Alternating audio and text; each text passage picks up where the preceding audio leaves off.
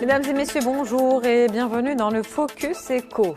Critères d'éligibilité, nature et montant de l'investissement ainsi que les conditions et modes de déboursement des primes. Le décret relatif au dispositif du soutien destiné aux TPME a été adopté, un dispositif qui cible les personnes morales réalisant un chiffre d'affaires entre 1 million et 200 millions souhaitant réaliser un projet d'investissement dans le montant y compris entre 1 et 50 millions de dirhams et dont le ratio d'emploi stable doit être supérieur ou égal à 1,5. Une mesure qui s'inscrit parfaitement dans la feuille de route nationale pour la relance de l'emploi. Décryptage avec Abdelatif Komat. Vous êtes analyste socio-économique et professeur universitaire. Merci d'avoir accepté notre invitation. Merci à vous pour l'invitation. Alors, je le disais en préambule, un dispositif de soutien aux PME avec pour objectif principal la relance de l'emploi, mais aussi le fait de renforcer la compétitivité qui est concernée. Alors effectivement, après l'adoption de la charte d'investissement il y a 2 ans, qui a porté essentiellement sur les grandes entreprises et qui a donné des résultats très probants en termes de projets initiés, mais également en termes de création d'emplois qui sont attendus. En fait, le temps est venu pour justement la stimulation de ce qu'on appelle les TPME, les toutes petites et moyennes entreprises, qui constituent l'essentiel de l'activité économique dans notre pays. Et bien évidemment, ce décret, il a précisé les conditions d'éligibilité. Donc, vous l'avez dit, il y a un certain nombre de critères, notamment, bien sûr, le chiffre d'affaires qui doit être situé entre 1 et 200 millions de dirhams. Également, l'investissement qui doit être, je dirais, inférieur à 50 millions de dirhams. Et puis, il y a un engagement en termes d'emploi. Donc, il y a en fait un indice qui est déterminé, le rapport entre la création d'emplois stables et le montant de l'investissement. Et puis, il y a la dimension territoriale qui est fondamentale parce que aussi bien la charte d'investissement dans son esprit que le dispositif pour les TPME vise à réduire les déséquilibres régionaux et donc il y ait plus d'attractivité des régions les moins loties en investissement pour qu'on puisse avoir, je dirais, des subventions plus conséquentes. Et puis, également, il y a la dimension secteur stratégique. Vous savez que notre pays a fait des plans stratégiques, des secteurs qui sont prioritaires. Et il s'agit bien sûr de décliner l'investissement en fonction des orientations stratégiques de notre pays. Et donc, il y aura certainement, bien sûr, des avantages plus importants aux entreprises qui opteraient pour ces secteurs qui sont des secteurs. Donc, ce rapport dont vous venez de parler entre justement investissement et ratio de création d'emplois, ça va permettre d'aller vers des projets aujourd'hui dans les TPME et petites entreprises aussi, des projets qui sont créateurs de valeur, créateurs aussi de croissance. Effectivement, parce que le tissu en fait entrepreneurial au Maroc, c'est pratiquement 95% constitué des TPME et bien sûr, ils sont les vecteurs de la création d'emplois, mais également de l'innovation et puis de la réduction des déséquilibres spatiaux. Et bien sûr, la question de l'emploi est une question fondamentale. Vous savez que notre pays, malheureusement, ces derniers temps, a connu un taux d'augmentation, en fait, au niveau du taux de chômage, qui est aujourd'hui officiellement situé autour de 13,3%. Et l'objectif est de le réduire à 9% à l'horizon 2030, avec la feuille de route de l'emploi qui prévoit la création de 1 450 000 emplois. Et donc, tout cela ne saurait être réalisé sans qu'il y ait une dynamisation, surtout de la TPME. Et donc, le gouvernement est conscient que l'enjeu se situe essentiellement à ce niveau-là. Et bien évidemment, il fallait qu'il y ait un dispositif avec un certain nombre d'avantages qui peuvent aller jusqu'à 30% de l'investissement, bien sûr 30% cumulé, qui intégrerait des avantages liés à la création d'emplois, liés à la territorialité et liés à l'option pour des secteurs prioritaires. Mais la question de l'emploi reste une question fondamentale. Il y a aussi ces deux conditions à retenir. Le projet d'investissement qui doit être réalisé dans l'une des branches d'activité dont la liste est fixée par la région en question et 10% au moins du montant d'investissement total doit être financé par des fonds propres. Oui, ça va de soi. En ce qui concerne les 10%, bien évidemment, il faut un minimum de contribution aux fonds propres. On ne peut pas compter à 100%, bien sûr, sur les crédits. Il faudrait qu'il y ait quand même un pourcentage. Et 10%, il faut le rappeler, ce n'est pas très important. Et donc, l'investisseur doit justement justifier d'un apport personnel. En ce qui concerne le volet territorial, là également, il est fondamental.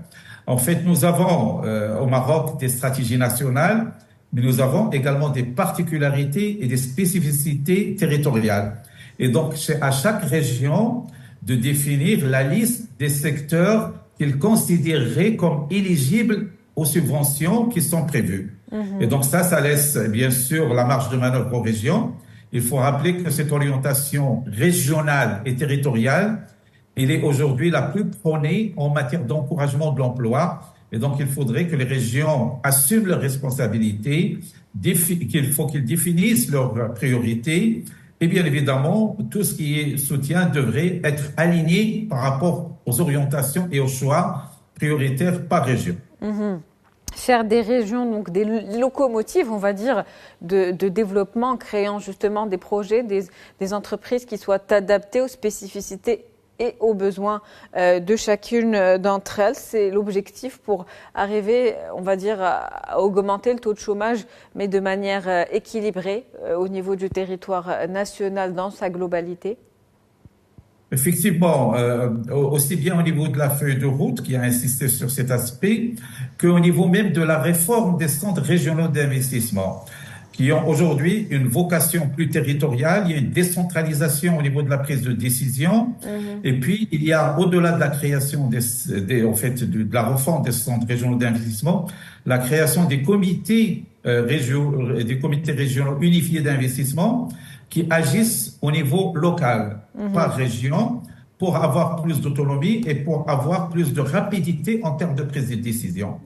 Et donc, notamment, bien sûr, au niveau des plans de développement régionaux, la question de l'emploi, c'est une question fondamentale. Aujourd'hui, chaque région a un objectif en termes d'emploi. Ce qu'il fallait, c'est des outils, c'est un arsenal, je dirais, d'outils pour leur permettre d'avancer dans la stimulation de l'emploi. Aujourd'hui, avec ce dispositif, il faut dire que les régions seraient dotées, bien sûr, de moyens.